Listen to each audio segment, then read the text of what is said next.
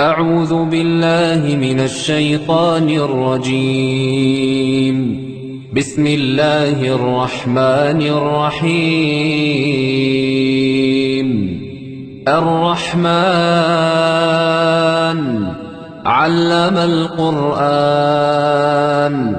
خلق الإنسان علمه البيان الشمس والقمر بحسبان والنجم والشجر يسجدان والسماء رفعها ووضع الميزان ألا تطغوا في الميزان وأقيموا الوزن بالقسط ولا تخسروا الميزان والأرض وضعها للأنام فيها فاكهة والنخل ذات الأكمام والحب ذو العصف والريحان فبأي آلاء ربكما تكذبان خلق الإنسان من صلصال كالفخار وخلق الجان من مارج من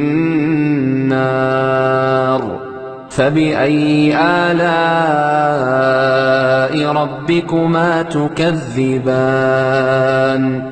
رب المشرقين ورب المغربين فبأي آلاء ربكما تكذبان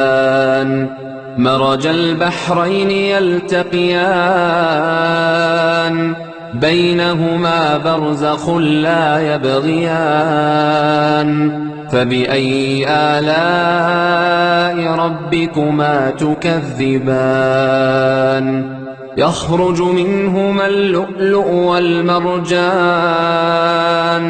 فبأي آلاء ربكما تكذبان وله الجوار المنشآت في البحر كالأعلام فبأي آلاء ربكما تكذبان كل من عليها فان